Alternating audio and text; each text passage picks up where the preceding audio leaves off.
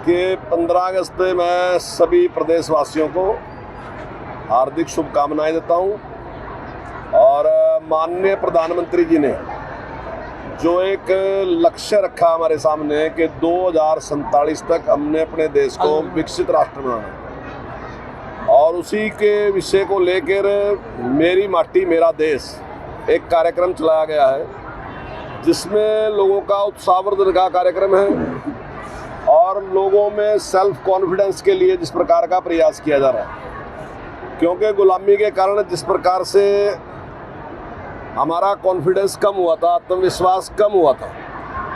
हम दुनिया के श्रेष्ठ लोग हैं और श्रेष्ठ काम हमारे महापुरुषों ने पूर्वजों ने किए हर दृष्टि से, और आज हम उस दिशा में बढ़ रहे हैं। जिस प्रकार कोरोना में हमने दुनिया की मदद की है और उसका पूरा जो है दुनिया में सम्मान भी हो रहा है, इसी प्रकार से अपने जीवन में हर चीज़ को, चाहे वो स्वच्छता की चीज़ है, चाहे भ्रष्टाचार को ख़त्म करना है, चाहे पर्यावरण को सुरक्षित रखना है, चाहे दूसरे और जितने भी काम हैं उन सारे कामों को, चाहे फिट इंडिया की बात है, यानी कि भारत का मतलब यही नहीं, भारत का मतलब मैं भी भारतीय हूँ, मैं भी स्वच्छ होना चाहिए और मैं भी स्वस्थ होना चाहिए, क्योंकि हर व्यक्ति जब इस बात की चिंता करेगा तभी जो भारत है वो दुनिया का सिरमौर बनेगा।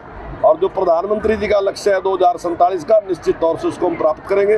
तो मैं इस शुभ अवसर पर सभी को हार्दिक शुभकामनाएं देता हूं और मैं जिन बच्चों ने आज कार्यक्रम प्रस्तुत किए और हमारे जो पुलिसकर्मी हैं, एनसीसी के बच्चे हैं, उन्होंने बहुत ही अच्छी प्रस्तुति दी और अधिकारी ने बहुत अच्छा अरेंजमेंट जो किया, उन सबको भी बधाई देता हूं। वाले के बयान पे क्या कहेंगे? उन्होंने लगातार ऐसी भाषा का इस्तेमाल, गैर जिम्मेदाराना बयान है, बिल्कुल गलत है। मैं समझता हूं कि वो हतोत्साहित है, परेशान है, इस प्रकार के मतलब गलत बयानबाजी जिस प्रकार से कर रहे हैं, तो मैं समझता हूँ। और जिस प्रकार से उन्होंने जनता का अपमान किया है, यानी कि देश के बहुमत ने सरकार बनाई, तो इसका मतलब उसको देश में बहुमत में जो लोग हैं वो राक्षस नजर आ रहे हैं। उनकी तो वोट ही नहीं पड़ी, 40 तो सीटें ही आई, तो देवता तो उनको वहीं नजर आ रहे हैं जो 8-7% हैं, बाकी राक्षस। मैं समझता हूँ बिल्कुल गैर जिम्मेदाराना बयान है, मैं उसकी निंदा करता हूँ और उन्होंने अपने बयान के लिए माफी मांगनी चाहिए जनता के साथ। सर, 9 में दोबारा से यात्रा शुरू हो सकती है, किस तरीके से सरकार उसके लिए तैयार है? देखिए, अभी इसके बारे में पूरी विस्तार से तो माननीय गृह मंत्री जी बता सकते हैं, लेकिन हमारा वहाँ का माहौल बिल्कुल अच्छा रहा है, कभी इस प्रकार का रहा नहीं। कुछ शरारती तत्व हैं और इंक्वायरी चल रही है, निश्चित तौर से उनका पर्दाफाश होगा, उनके खिलाफ सख्त से सख्त कार्रवाई करेंगे, लेकिन आज तक कभी इस प्रकार का हुआ नहीं। कुछ शरारती लोग हैं जो ऐसा करना चाहते हैं, उनके खिलाफ पेपर को लेकर जो 40 क्वेश्चन एक तरह के हैं, तो उसको लेकर रिजल्ट डिक्लेयर कर रहे हो या नहीं कर रहे हो?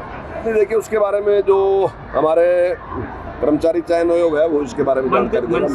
बच्चों को टैब दिए गए थे, उनका दुरुपयोग हो रहा है। देखिए, अब इतना बड़ा जब काम आप कर रहे हैं, मतलब आप क्या मान रहे हैं? मैं आपको दावे के साथ कह सकता हूँ पूरी दुनिया में इतने टैब कहीं किसी ने दिए, किसी और देश में भी दिए अब तक।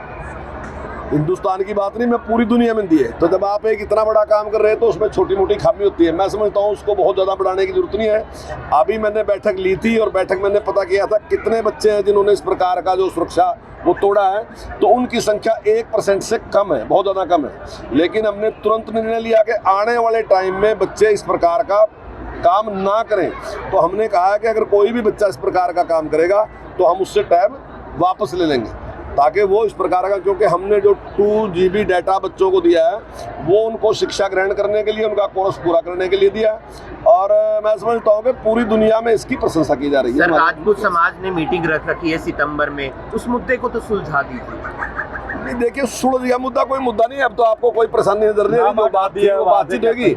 अब हमने बैठ के दोनों समाजों ने ये फैसला कर लिया कि कोर्ट जो भी फैसला करेगा उसको मानेंगे। मंत्री जी पहले भी बताया, कोचिंग सेंटर जो है, मंत्री जी कोचिंग सेंटर बिना पंजीकरण के कोचिंग सेंटर जो है वो चल रहे हैं। नहीं, देखिए उस पर हम संज्ञान लेने वाले हैं जल्दी, और अगर इस प्रकार के कोई कोचिंग सेंटर होंगे तो निश्चित तौर पर खिलाफ कार्रवाई। बिल्डिंग्स बनाई जाती है पर स्टाफ नहीं रहता और हर बार ये वादे किए जाते हैं कि आगे पूरे किए जाएंगे, लेकिन होते नहीं। देखिए, अगर बिल्डिंग की बात करें तो आप सारा सर्वे कर लो। मैं दावे के साथ कह रहा कि हिंदुस्तान में जिस स्टेट में सबसे अच्छी बिल्डिंग है उनमें से हरियाणा एक प्रदेश है।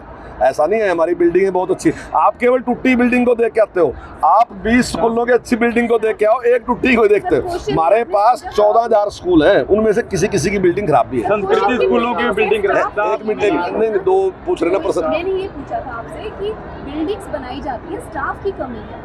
हाँ अच्छा, स्टाफ की कमी, बिल्कुल स्टाफ की अभी हमारे पास कमी है, लेकिन जल्दी हम 20,000 टीचरों की भर्ती कर रहे हैं और जो 4th क्लास कर्मचारी है उनको भी HKRN से हम लेने लगे।